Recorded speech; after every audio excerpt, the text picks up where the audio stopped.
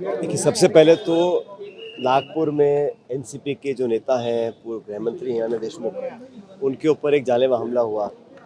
वो मुझे लगता है कि बहुत दुर्भाग्यपूर्ण घटना है कि चुनाव से ठीक पहले हिंसा का माहौल बनाना, लोगों को दबाव में लेकर आना, विपक्षी लोगों को टारगेट करना, सभ्य समाज में ये शोभा नहीं देता।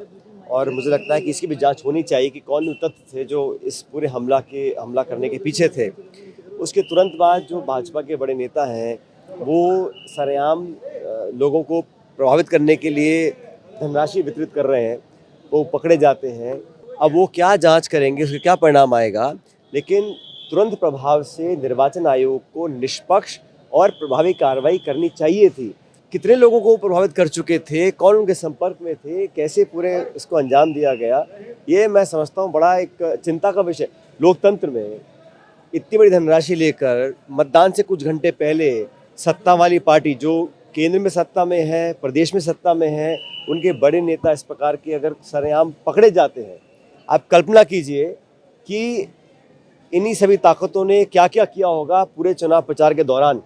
और झारखंड और महाराष्ट्र, जहां पर मतदान कल संपन्न होगा, दोनों प्रदेशों में इंडिया अलायंस बहुत मजबूती से आगे बढ़ रही है। महाराष्ट्र में जहाँ कल पोलिंग होगी, वहाँ पर लोग मन बना चुके हैं। वहाँ का जो किसान वर्ग है, वहाँ सोयाबीन, कपास, प्याज के जो खेती करने वाले किसान हैं, वो इंतज़ार कर रहे हैं कि दोबारा मौका आए और जो कामयाबी लोकसभा चुनाव में इंडिया गठबंधन को मिली थी, उससे ज़्यादा मतदान इस बार एनडीए के पक्ष में होगा। और मायावती की जो सरकार है, किस प्रकार के भाषण आ रहे हैं, मुझे बड़ा आश्चर्य हुआ जब सत्ता में बैठे मंत्री, कोई डिप्टी चीफ मिनिस्टर है, कोई प्रदेश का मुख्यमंत्री है, वो इस प्रकार खुलेआम धर्म की आड़ में वोट मांग रहे हैं। यूपी के मुख्यमंत्री कहते हैं बटोगे तो कटोगे। उसका मैंने जवाब उनको दिया, मैंने कहा मुख्यमंत्री जी को बोलना चाहिए पढ़ोगे तो बढ़ोगे। ये संस्कार नई पीढ़ी को देने चाहिए। एक राज्य का चुनाव जीतने के लिए आप इस प्रकार का माहौल देश में फैलाना चाहते हैं, ये दिखाता है कि आपकी रिपोर्ट कार्ड में आप फेल हैं, आप डिलीवर नहीं कर पाए हैं। और ये डबल इंजन की बात करते हैं। महाराष्ट्र में इनकी सरकार है, सरकार कैसे बनी सब जानते हैं, और आपस में खिंचाव है। वहाँ पर दो उप मुख्यमंत्री हैं। आज तक भी सत्ताधारी गठबंधन ने ये घोषणा नहीं करी कि सिटिंग जो चीफ मिनिस्टर है वो आगामी मुख्यमंत्री बनेंगे कि नहीं बनेंगे। तो बहुत ज़्यादा वहाँ खिंचाव है, परफॉर्मेंस जीरो है, करप्ट वो सरकार है, लोग बदलाव चाहते हैं। और मैं ऐसा मानता हूँ कि हम अच्छे बहुमत के साथ दोनों राज्यों में हम सरकार बनाएंगे। जो उपचुनाव हो रहे हैं, वायनाड में, केरल में प्रियंका जी लड़ रही हैं, बाकी राजस्थान में है, यूपी में, हर जगह उपचुनाव है, वहाँ पर भी हमारी पार्टी का परफॉर्मेंस बहुत अच्छा रहेगा। महाविकास अघाड़ी कितनी वहाँ पर प्रबल है, किस तरह की जो माहौल वहाँ पर देखा गया महाविकास? कुछ महीने पहले जो लोकसभा के परिणाम आए थे, आप अगर उसका सिर्फ आकलन करें कि कितनी विधानसभा सीटों में हम लोग लीड कर रहे थे, तो बड़े अच्छे बहुमत के साथ हम सरकार बनाने वाले हैं।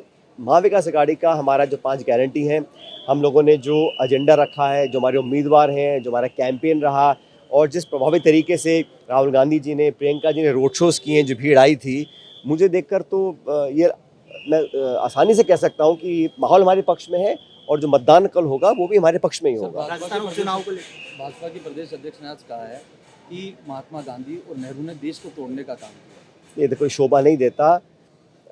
एक प्रमुख दल है बीजेपी, वहाँ के अगर प्रमुख नेता हमारे उन पुरुषों को जिन्होंने सब कुछ अपना कुर्बान किया देश की आज़ादी में, देश के प्रथम प्रधानमंत्री थे, राष्ट्रपिता थे, अगर ऐसा कहा है, बड़ा दुर्भाग्यपूर्ण है। तुरंत उनको माफ़ी मांगनी चाहिए। मैं तो बल्कि कहता हूँ, इसमें जो भाजपा का शीर्ष नेतृत्व है उनको माफ़ी मांगनी चाहिए। अगर भाजपा के किसी भी व्यक्ति या नेता ने महात्मा गांधी या हमारे राष्ट्रपिता महात्मा गांधी या नेहरू जी के खिलाफ ऐसी बात की है, ये शोभा नहीं देता। और पूर्वजों को गाली देना कोई नई बात नहीं है, लेकिन थोड़ा बहुत इतिहास को सम्मान देना चाहिए। और वर्तमान की अपनी फ्रस्ट्रेशन और भड़ास निकालने के लिए आप पिछले युग के जो स्वतंत्रता सेनानी थे, जो फ्रीडम फाइटर्स थे, उनको बुरा भला कहना अगर कहा है तो बड़ा गलत कहा है। बीजेपी के प्रदेश प्रभारी राधा मोहन अग्रवाल क्लीन चिट दे रहे हैं विनोद तावड़े को, कह रहे हैं कि बोले राष्ट्रीय महामंत्री का भी पैसे लेकर के थोड़ी जाता है, बोले मैं भी हूँ। मुझे पता नहीं कि कौन किसको क्लीन चिट दे रहा है, लेकिन ये सरकार का सिस्टम ही ऐसा है।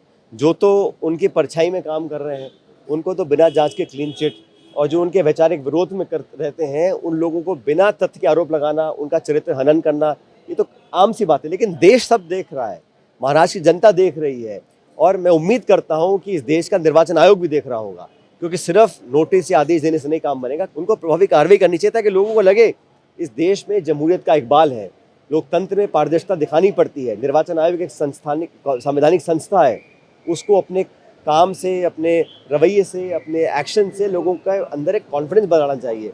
अगर इतना होने के बावजूद भी कुछ नहीं करती है इलेक्शन कमीशन, मैं समझता हूँ बहुत दुर्भाग्यपूर्ण होगा। लेकिन मैं फिर कहता हूँ, मेरा भरोसा देश की जनता पे है, महाराष्ट्र के लोगों के ऊपर है, वो सब देख रहे हैं और सही निर्णय करें।